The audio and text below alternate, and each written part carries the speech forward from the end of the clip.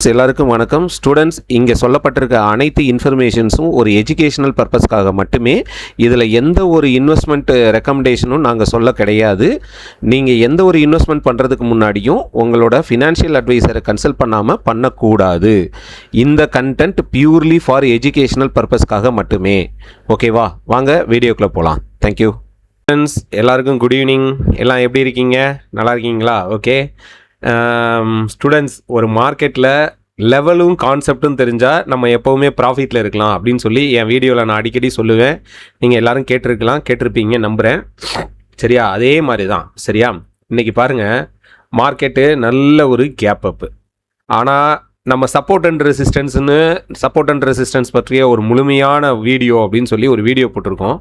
அந்த வீடியோ யாரெல்லாம் பார்த்துருக்காங்களோ அவங்களுக்கெல்லாம் தெரியும் இது ஓப்பன் பண்ணியிருக்க லொக்கேஷன் வந்து எந்த லொக்கேஷன் அப்படின்னு சொல்லிட்டு. சரியா? ஒரு மார்க்கெட் வந்து எந்த லொக்கேஷனில் இருக்காங்கிறது ரொம்ப ரொம்ப முக்கியம். ஒரு கேண்டிலோட லொக்கேஷன் வந்து ரொம்ப ரொம்ப முக்கியம். சரியா? இங்கே பாருங்கள், அவன் ஓப்பன் பண்ணி அந்த கேண்டிலோட லொக்கேஷன் பாருங்கள். பையிங் ஏரியா, பையரோட ஓப்பன், பையிங் ஏரியா. அப்போது அந்த இடத்துல ஏற்கனவே என்ன நடந்திருக்கு? செல்லிங் நடந்திருக்கு. சரியா? இதை பிரேக் பண்ணி ஒரு 15 மினிட் கேண்டிலாவது என்ன பண்ணியிருக்கணும்? சஸ்டெயின் பண்ணியிருந்தான்னா பை ஆகிருப்பான். ஆனால் தலைவன் அங்கேயே மார்க்கெட்டில் தோற்று போயிட்டான். ஃபஸ்ட்டு கேண்டில்லையே என்ன பண்ணிட்டான்? தோத்துட்டான். அப்போது இன்றைக்கி மார்க்கெட்டு செல் சைடு ஓப்பன் பண்ண லொக்கேஷன் எந்த location? Buying location is resistance. அதனால மார்க்கெட்டில் செல்லிங். சரியா? இந்த டே கேண்டில் வச்சுருக்கேன் நிஃப்டி. இங்கே பாருங்களேன், ஒரு பை ஒரு செல்லு, ஏதோ பெருமாள் கோயிலுக்கு பெயிண்ட் அடித்த மாதிரி அடித்து வச்சுருக்காங்க. சரியா? ஓகே. ஆனால் நம்மளோட ஸ்டூடெண்ட்ஸு, நம்ம கான்செப்ட் படித்தவங்க ஈஸியாக அண்டர்ஸ்டாண்ட் பண்ணிக்கலாம். மார்க்கெட் ஒரு லொக்கேஷனில் எந்த லொக்கேஷனில் இருக்குது, அங்கே மார்க்கெட் பை ஆகுமா செல் ஆகுமா, அதுதான் ரொம்ப முக்கியமானது. சரியா? இன்றைக்கி நம்ம சென்செக்ஸ் எக்ஸ்பெரி இன்றைக்கி நம்ம அல்டிமேட் ப்ராஃபிட்டு. இன்றைக்கி நம்ம லைவுக்கே வந்து ஒரு 10:40 தான் வந்தோம். சரியா? வந்த உடனே இந்த கேண்டில் அப்போ தான் ரன் ஆகிட்டு இருந்தது. இந்த கால் ஆப்ஷன் 75,400 கால் ஆப்ஷன் அப்போ தான் வந்து மார்க்கெட்டில் ரன்னிங் ஆகிட்டு இருந்தது. கரெக்டாக நான் அப்போ தான் ட்ரெண்ட் லைன் போடுறேன். இவன் வந்து இந்த ட்ரெண்ட் லைன் சப்போர்ட்டில் இருக்கான். சரியா? அது போக இது வந்து ஏற்கனவே ஒரு பையிங் ஏரியா, இந்த செல்லர் ஓப்பன் இருக்குது, எல்லாமே வச்சு இந்த இடத்துல உடனே ஒரு என்ட்ரி. இந்த இடத்துலையே நம்ம என்ட்ரி வந்து 5 நிமிஷத்துலேயே என்ட்ரி இங்கனக்குள்ளே நம்மளுக்கு கிடச்சிருச்சு. என்ட்ரி கொடுத்துட்டோம். நேராக அவன் இந்த பையர் ஓப்பன் போனான். சரியா? போன உடனே ஒரு 90 பாயிண்ட் வந்து இந்த இடத்துல நம்ம வந்து புக் பண்ணோம். ஓகே. இதை பிரேக் பண்ணால் இந்த ஹை வரைக்கும் வருவான்னு சொல்லியிருந்தோம். இந்த ஏரியாவை பிரேக் பண்ணுச்சுன்னா இந்த ஹை வரைக்கும் வர்றதுக்கு வாய்ப்பு இருக்குது அப்படின்னு சொல்லியிருந்தோம். பிரேக் பண்ணலை, அங்கேருந்தே மார்க்கெட் ரிஜெக்ட் ஆகிட்டான். உடனே புட் ஆப்ஷன் போனோம். 75,900 புட் ஆப்ஷன் எடுத்திருந்தோம். சரியா? அது உடனே நம்மளுக்கு இந்த இடத்துல ஒரு என்ட்ரி கிடச்சது. 440 430 அந்த ரேஞ்சில் என்ட்ரி கிடச்சது. அங்கேருந்து அவன் போனால் ஒரு 760 வரைக்கும் போனான்.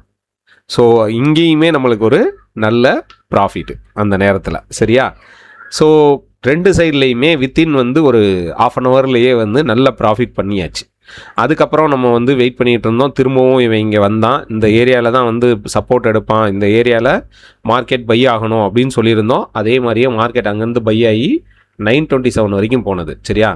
ஆனால் அந்த டைமில் நம்ம 0 கால் வந்து கொடுத்துருந்தது 75,100 புட் ஆப்ஷன். இவன் வந்து இந்த இடத்துல இருந்தான்.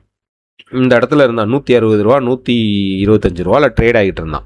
அவனுக்கு நம்ம சொல்லியிருந்தது 40 ரூபாயிலிருந்து 50 ரூபா இந்த ரேஞ்சில் வந்து அவன் பை ஆகணும் அப்படின்னு சொல்லியிருந்தோம். பை ஆனால் ரொம்ப நேரமாக இந்த ஒரே கேண்டிலுக்குள்ளேயே இருந்தான். இந்த கேண்டிலை விட்டு வெளியில் வந்துச்சு மார்க்கெட்டு. பிரேக்கு சரியான ஒரு பாயிண்ட்ஸு 40 ருபீஸ்லேருந்து 220 வரைக்கும் மூவ் பண்ணியிருந்தான். இதுலேயும் ஒரு நல்ல ப்ராஃபிட்டு பண்ணியாச்சு. அதுக்கடுத்து 75,500 புட் ஆப்ஷன் எடுத்துருந்தோம்.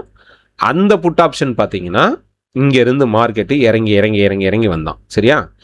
ஏன் சார் அடுத்தடுத்து ஸ்ட்ரைக் ப்ரைஸ் சேஞ்ச் பண்ணிட்டீங்க அப்படின்னு சொல்லி கேட்டிங்கன்னா, இது வந்து ஏற்கனவே ஒரு தடவை நல்ல மூவ்மெண்ட் கொடுத்துருச்சு. அந்த இடத்துக்கு வந்தோடனே மறுபடியும் ஒரு மூவ்மெண்ட் கொடுத்துச்சு, அதையும் எடுத்தோம். ஆனால் ஒன்ஸ் பிரேக் பண்ணிட்டான் பார்த்தீங்களா, பிரேக் பண்ணதுக்கப்புறம் அவனை என்ன பண்ணுறாங்க, அக்ரெசிவாக செல் பண்ணுறாங்க. அப்போது நம்ம ஒரு இந்த மணி அந்த மாதிரி போயிடணும். அந்த டைமில் போனோம்னா நம்மளுக்கு அந்த ஏற்கனவே பையான லொக்கேஷனில் நம்மளுக்கு ஒரு என்ட்ரி கிடைக்கும். அதை பேஸ் பண்ணி தான் இந்த இடத்துல நம்ம சொல்லியிருந்தோம். இந்த இந்த 75,500 புட் ஆப்ஷன் வந்து என்ன பண்ணுவோம் அப்படின்னு சொன்னால், இந்த 196 தான் வந்து சப்போர்ட் எடுப்பான் அப்படின்னு நம்ம ஸ்டூடெண்ட்ஸ் சொல்லியிருந்தோம். இங்கே பாருங்கள் எத்தனை தடவை சப்போர்ட் எடுத்திருக்கான். 3 தடவை அதே இடத்துலையே சப்போர்ட் எடுத்து அவனும் ஒரு டபுளே ஆகிட்டான். கிட்டத்தட்ட வந்து 330 ரூபா வரைக்கும் மார்க்கெட்டு மூவ் ஆகிருந்தது. ஸோ இதுதான் இப்படி தான் இருக்கும் நம்மளோட ஒர்க்கு. எப்படி சார் இது வந்து நீங்கள் சொல்கிறீங்க இந்த இடத்துல இப்படி தான் நடக்கும் அப்படின்னு சொல்லி கேட்டிங்கன்னா, அதுதான் கான்செப்ட்டு. அந்த கான்செப்டை தான் நம்ம கிளாஸில் வந்து லைவாக அதாவது ஈவினிங் தியரட்டிக்கலாகவும் உட்காந்து கிளாஸ் எடுக்கிறோம். லைவ் மார்க்கெட்லேயும் வந்து உங்களுக்கு அதை வந்து இப்படி தான் ஒர்க் ஆகுது அப்படின்னு சொல்லி அங்கேயும் இதை பேஸ் பண்ணி தான் என்ட்ரியும் கொடுக்குறோம். சரியா? இந்த மாதிரி படித்து நீங்கள் என்ட்ரி எடுக்க ஆரம்பிச்சிட்டிங்கன்னா நீங்கள் எப்போவுமே ப்ராஃபிட்டில் இருக்கலாம். இவ்வளோ தான் விஷயம். சரியா? இங்கே நடக்கிறது என்ன, இந்த சார்ட்டுக்குள்ளே என்ன நடக்குது அப்படின்றது நமக்கு புரியணும். புரிய வரும்போது சார்ட்டை பார்க்குற விதமே மாறிடும். ஓ, இந்த கேண்டில் இதுக்கு தான் வர்றானா, ஓ இந்த கேண்டில் இதுக்கு தான் போகிறானா, எல்லாமே தெரிய ஆரம்பிச்சிடும். புரியுதா? அந்த மாதிரி நீங்கள் வந்து கற்றுக்கிட்டு நீங்கள் ட்ரேட் பண்ணீங்க அப்படின்னு சொன்னால் ரொம்ப சிம்பிளாக இருக்கும். ஒரு நாளைக்கு மினிமம் ஒரு 4 ட்ரேடு, ஒரு 2 ட்ரேடு 3 ட்ரேடே வந்து இட்ஸ் எனஃப் நல்ல ப்ராஃபிட் பண்ணுறதுக்கு. நீங்கள் வந்து ஒரு நாளைக்கு 10க்கு இல்லை 20 ட்ரேடுக்கு மேலே பண்ணுறீங்கன்னா நீங்கள் மார்க்கெட்டை பற்றி இன்னும் புரிஞ்சுக்கல, நீங்கள் இன்னும் நிறைய விஷயங்கள் மார்க்கெட்டில் கற்றுக்கிடணும் அப்படின்னு அர்த்தம். நல்லா தெரிஞ்சுக்கோங்க. நீங்கள் ஒரு நாளைக்கு 10 ட்ரேடு 20 ட்ரேடுக்கு மேலே பண்ணுறீங்க அப்படின்னு சொன்னால் நீங்கள் மார்க்கெட்டை பற்றி இன்னும் நீங்கள் புரிஞ்சுக்கல, உங்களுக்கு பாட்டமில் என்ட்ரி எடுக்க தெரியலேன்னு அர்த்தம். பாட்டமில் என்ட்ரி எடுத்துட்டு லிக்விடிட்டி பெண்டிங் மேலே தான் இருக்குது, அங்கே வரைக்கும் போகணும் அப்படின்னு சொல்லி யாரெல்லாம் வெயிட் பண்ணுறாங்களோ அவங்கெல்லாம் ப்ராஃபிட்டில். அதே மாதிரி நம்ம ஸ்டூடெண்ட்ஸுக்கு இன்னொரு விஷயம் சொல்லுவேன். க்ரீன் கேண்டிலை பார்த்து என்ட்ரிக்கு போனீங்கன்னா மாட்டிக்குவீங்க. என்னைக்கு ரெட் கலர் கேண்டிலுக்கு நீங்கள் மதிப்பு கொடுக்குறீங்களோ அன்னைக்கு தான் நீங்கள் ப்ராஃபிட்டில் இருப்பீங்க.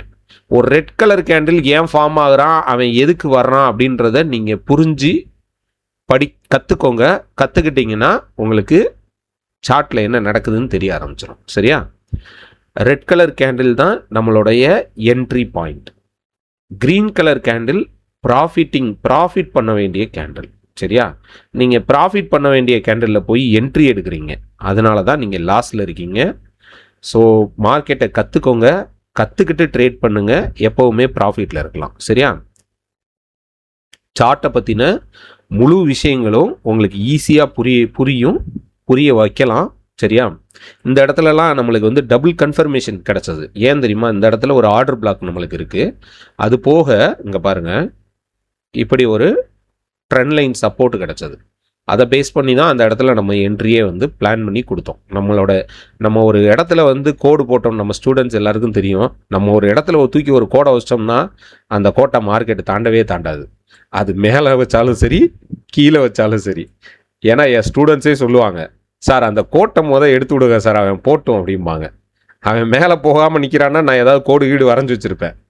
அந்த மாதிரி வந்து பர்ஃபெக்டாக இருக்கும். நான் ஒரு கோடு தூக்கி வச்சுக்கிறேன் அப்படின்னு சொன்னால் அதை பிரேக் பண்ணாதான் அவனால் போக முடியும். சரியா?